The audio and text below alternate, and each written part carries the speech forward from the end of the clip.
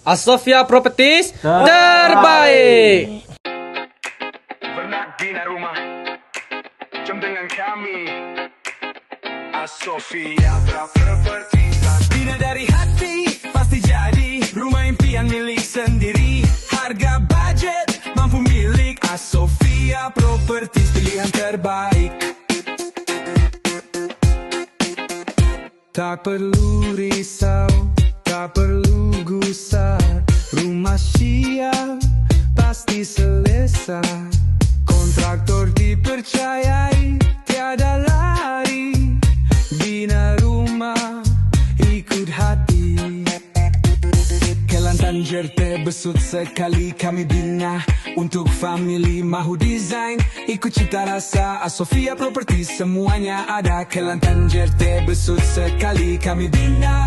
Untuk family mahu design, ikut cita rasa Asofia Properties, semuanya ada. Bina dari hati, pasti jadi rumah impian milik sendiri. Harga budget, mampu milik. Asofia Properties, pilihan terbaik.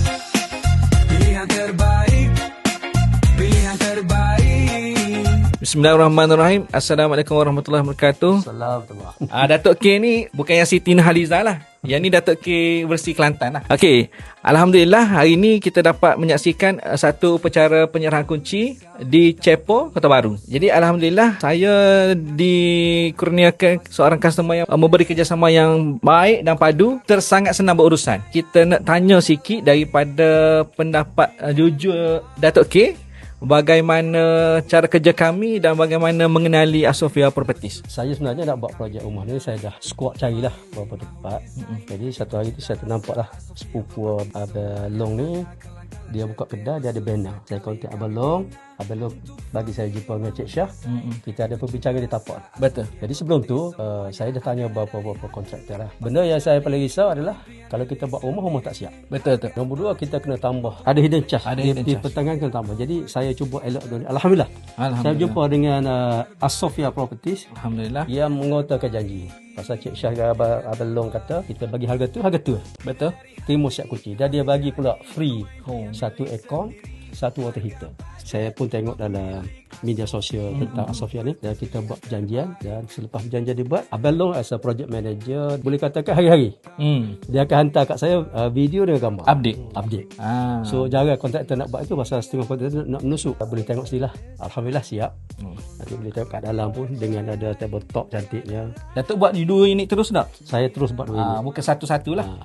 Asalnya saya nak buat semi-D, tapi Cik Syah kata buat 2 banglo kecil lah. Saya berterima kasih pada Asofia, Abang Long sebagai project manager dan supervisor, dan tukar-tukar dah. Dan tadi tukar dia Anis, elektrik Faizal, Abang Long piping, betul. Dan Cak. Dia semua ni dia bekerjasama. Yang saya happy apa yang kita rancang kita dapat Realisasikan. Direalisasikan macam ni, dan saya berterima kasih lah. Saya tak payah pening kepala. Dari segi harga dan kualiti kerja tu, Datuk boleh bagi berapa? Dengan harga yang di bawah 100k. Tuan tengok sendiri lah, rumah macam ni ada kat 100k. Tapi harga yang Asofia Properties bagi ni bawah 100k, saya rasa 5 bintang. Alhamdulillah. Yang pentingnya rumah siap, harga reasonable. Lepas ni kita boleh masuk je lah. Boleh masuk.